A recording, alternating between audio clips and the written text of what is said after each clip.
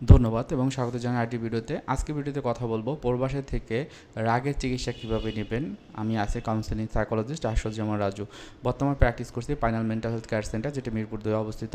খুবই গুরুত্বপূর্ণ একটি ভিডিও। যারা বিভিন্ন রকমের রাগের বশবর্তী হয়, বিভিন্ন রকমের আচরণ করেন যেটা আপনার নিজের জন্য হার্মফুল মনে হয় অথবা অন্য যারা আছেন তাদের জন্য ক্ষতিকর মনে হয়, তো সেক্ষেত্রে আপনারা এই ভিডিওটি প্রথম থেকে শেষ পর্যন্ত দেখবেন এবং আমি বলবো আমার চ্যানেলটি যদি নতুন হয়ে থাকেন চ্যানেলটি সাবস্ক্রাইব করে রাখবেন। পরবর্তীতে যে কোনো রকমের ভিডিও মেন্টাল হেলথ রিলেটেড যদি আপনার জানার থাকে তাহলে অবশ্যই আপনারা এই কমেন্টের মাধ্যমে আপনাদের যে জিজ্ঞাসা থাকবে সেটি আপনি করতে পারবেন।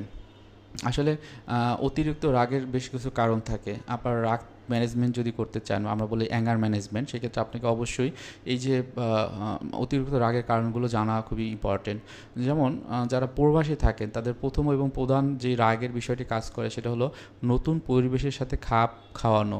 অর্থাৎ হয়তো আপনি যখন বাংলাদেশে ছিলেন আপনার সাংস্কৃতিক কালচারাল যে বিষয়গুলো আপনি নিজে নিজে ম্যানেজ করতেন, সব কিছু ভাল লাগতো, মিশতেন, কিন্তু ওই জায়গাতে গিয়ে দেখেন অন্য একটা পরিবেশ। এই দেশে আপনি হয়তোবা আপনি মনে করেন যে আমাকে কেউ তো আদেশ উপদেশ দেওয়ার মতো কেউ ছিল না, কিন্তু ওখানে গিয়ে আপনার আদেশ উপদেশ, রেসপন্সিবিলিটি, দায়িত্ববোধ এটা আপনাকে করতেই হচ্ছে। কিন্তু এখন যদি কেউ কোনো ডিস্টার্ব থাকে তখন দেখা যায় যে এই সমস্যাটি আরও তীব্র আকারে হয়। সুতরাং অনেকের ক্ষেত্রে নতুন ভাষা ও রীতিনীতি কথা মানিয়ে নেওয়া এটাও কিন্তু তাদের একটা রাগের পরিণত হয়। অনেকের ক্ষেত্রে বিভিন্ন রকমের কাজের চাপ তৈরি হয় এবং এই কাজের চাপ, অতিরিক্ত চাপ থাকলে তাদের জন্য একটু চ্যালেঞ্জিং হয় এবং সেক্ষেত্রে বিভিন্ন রকমের প্রবলেম, যেটা হয়তো অনেক বড় প্রবলেম মনে হয় না, কিন্তু তাদের ক্ষেত্রে এটা একটা প্রবলেম বা ইস্যু হিসেবে হয় এবং এটাই রাগের বশবর্তী হয়। অনেক সময় এই কাজের চাপের কারণে তারা যখন একটু রেগে থাকে তখন পরিবারের সাথে যখন কথা হয় তখন তো হয়তো বা তারাও এই যে ইফেক্টটা পড়ে এবং এটা কি হয়, তাদের ভিতরে যে যে সম্পর্কের যে অবনতি সেটিও কিন্তু হয়ে থাকে। অনেক ক্ষেত্রে দেখা যায় পারিবারিক দূরত্ব, সে যে এই রাগটা করছে, এই যে রাগটা কি আমাদের একটা আবেগ, এটা কিন্তু একটা রোগ না। এখন এই আবেগটা আমাদের কম বেশি সবারই আছে। এখন এটা যদি অতিরিক্ত হয় তখন কিন্তু এটা একটা প্রবলেম হিসেবে ধারণ করে। অনেক অনেক এই যে রাগটা যদি অনেক দিন ধরে থাকে সেক্ষেত্রে আমরা বলি এগ্রেসিভনেস, মানে আগ্রাসী আচরণ করে, মারধর করা, বিভিন্ন রকমের নিজের ক্ষতি করা, অন্যের ক্ষতি করার প্রচেষ্টা করে। সুতরাং পারিবারিক দূরত্ব যখন বেশি থাকে তখন ওই বিষয়, ওই লোকটার মনটা যে খারাপ থাকছে সেটা অন্যরা কেউ বুঝতে পারছে না, কিন্তু সে আবার নিজে নিজে ম্যানেজও করতে পারছে না। কারণ ওই যে চিন্তা, আমি অন্য দেশে আছি, আমি কেন, আমাকে কেউ সাজেশন দিল, কেউ আমাকে অ্যাডভাইস করলো কেন। তো এই ক্ষেত্রে কি হয় যে পরিবারে যদি থাকতো তখন কি হতো, তখন তারা কিন্তু শেয়ার করতে পারতো এবং যে কোনো সমস্যার ক্ষেত্রে তখন কিন্তু তার মনটা এত রেগে থাকতো না। সো এই বিষয়গুলো আমি দেখেছি যারা প্রবাসে থাকে তাদের ক্ষেত্রে বেশি হয়।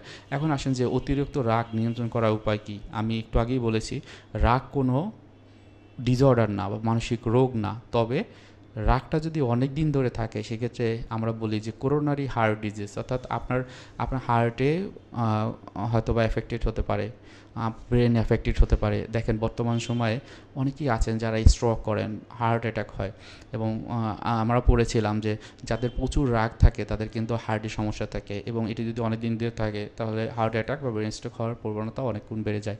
তার ডায়াবেটিস এটাই বেড়ে যাওয়ার সম্ভাবনা থাকে। সুতরাং এটাকে নিয়ন্ত্রণ করতে হবে, এটাকে ম্যানেজমেন্ট বলে, নট ট্রিটমেন্ট। এখন ম্যানেজ করতে হলে প্রথম যে বিষয়টি গুরুত্বপূর্ণ আমরা যেটা বলি রিল্যাক্সেশন এক্সারসাইজ। এখন রিল্যাক্সেশন এক্সারসাইজের ক্ষেত্রে একটা হলো মেডিটেশন। মেডিটেশন মানে হলো আমার চিন্তা বা মন বা আমার যে আচরণ সেগুলোকে একটা একটা শেপে নিয়ে আসবো। আমাদের অটোনমিক নার্ভ সিস্টেম আছে শরীরে, যেটা হলো অনেক বেশি অস্থির থাকলে সেক্ষেত্রে কী হয়, অস্থির থাকলে সেক্ষেত্রে আমাদের ভিতরে হুটহাট করে সিদ্ধান্ত নেওয়া, মনোযোগের অভাব, কোনো কিছু ফোকাস ধরে রাখতে পারি না, রেগে যাওয়া, এগুলো হয়। সো আপনি যদি নিয়মিত ধ্যান করেন বা মেডিটেশন করেন তখন দেখবেন যে এই যে বিষয়গুলো কমে যাবে। আপনার বলি শ্বাস প্রশ্বাসের ব্যায়াম, অর্থাৎ শ্বাস প্রশ্বাসের বিভিন্ন রকমের ব্যায়াম আছে আমার এই চ্যানেলের অন্য ভিডিওগুলো দেখলে আপনারা বুঝতে পারবেন। সেগুলো মেডিটেশনের সাথে শ্বাস প্রশ্বাসের ব্যায়ামটি করতে পারেন। বর্তমানে থাকার ব্যবস্থা করা, অর্থাৎ আমার চিন্তা হয়তো ফ্লাকচুয়েট করে, অতীতে চলে যায় একবারে অথবা ভবিষ্যতে চলে যায়, এটাকে না করে বর্তমানে রাখতে পারেন। যে বর্তমানে থেকে আমি কি করছি, আমি কোন জিনিসটা খাচ্ছি, আমরা বলি গ্রাউন্ডিং। অর্থাৎ আমি একটি পত্রিকা পড়ছি, পত্রিকার উপরেই আমি মনোযোগ থাকবে। আমি একটা বই পড়ছি, সেই বইয়ের দিকে মনোযোগ দেব। আমি একটি নদী দেখছি, নদীটার সৌন্দর্য আমি উপভোগ করব। সো এটা আপনারা করতে পারেন। এরপর ব্যায়ামের কথা বলা হয়, এক্সারসাইজ। তা এক্সারসাইজের ক্ষেত্রে আপনারা প্রতিদিন একটা নির্দিষ্ট সময় পর্যন্ত একটু হাঁটতে পারেন, এবং সেই হাঁটাটা হয়তো বা এমন হতে পারে 15 মিনিট হেঁটে কোথাও গেলেন, আবার 15 মিনিট হেঁটে আবার রিটার্ন চলে আসলেন। আপনারা দৌড়াতে পারেন, বা অনেকের ক্ষেত্রে বাসাতেও কিন্তু এই যে এক্সারসাইজগুলো করা সম্ভব। অনেক ক্ষেত্রে সাংস্কৃতিক সংবেদনশীলতা খুবই গুরুত্বপূর্ণ। নতুন একটি কালচারের কাছে আপনি গিয়েছেন, সেখানে যে সংবেদনশীলতা বা রীতিনীতি আছে সেগুলোর সাথে মানিয়ে নেওয়া।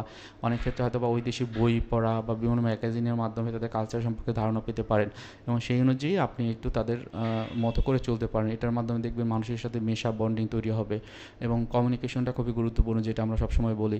আপনার প্রিয়জনের সাথে কমিউনিকেট করবেন, হ্যাঁ, প্রতিদিন কিছু সময় কথা বললেন। সোশ্যাল মিডিয়াতে কে কী ধরনের পোস্ট দিচ্ছেন সেটা অনেক বেশি না দেখে বরং একটা সীমিত সংখ্যককে নিয়ে আসা, এবং অন্য যারা রয়েছেন তাদের যোগাযোগ রাখা। আপনারা হয়তো অনেক দূরে এক আত্মীয় ছিল, বন্ধু ছিল, তাদের সাথে কথা বলতে পারেন। খুব বেশি সমস্যা হলে মানসিক স্বাস্থ্যসেবা যে পেশাজীবী রয়েছেন তাদের সাথে কথা বলতে পারেন, এবং আপনার জন্য কাউন্সেলিং বা সাইকোথেরাপি নিতে পারেন। খুব বেশি যদি একটা ডিসঅর্ডার পর্যন্ত পৌঁছায় এই রাগের কারণে, তখন কিন্তু একজন সাইকিয়াট্রিস্টের কাছে যাওয়া খুবই গুরুত্বপূর্ণ, এবং সেই ক্ষেত্রে একজন কাউন্সেলিং সাইকোলজিস্টের শরণাপন্ন হতে পারেন, অথবা সরাসরি একজন সাইকিয়াট্রিস্টের কাছেও যেতে পারেন। এবং যেটি হয় যে স্বাস্থ্যকর জীবনযাপন খুবই ইম্পর্টেন্ট। স্বাস্থ্যকর জীবনযাপন বলতে আমরা বলি যে আমাদের লাইফটাকে একটা সাজানো গুছানো একটা পর্যায়ে নিয়ে আসতে হবে। সেটা কী রকম? হয়তো আপনি এই যে বাইরে থাকছেন, বাইরে থাকা অবস্থায় আপনি হলো প্রতিদিনের যে কাজগুলো একটা রুটিন করতে পারেন, অথবা যদি দেখেন যে না কাজ একই রকম, তাহলে কাজের কোন কাজটা আপনার জন্য সুবিধা হয়, কোন কাজটা করতে আপনার ভালো লাগে, একটু লেখালেখি করতে পারেন, জার্নালিং করতে পারেন। আপনার কোন সময় কোন চিন্তা হয়, অনুভূতি হয়, আচরণ করেন, সেটা লিখে ফেলতে পারেন।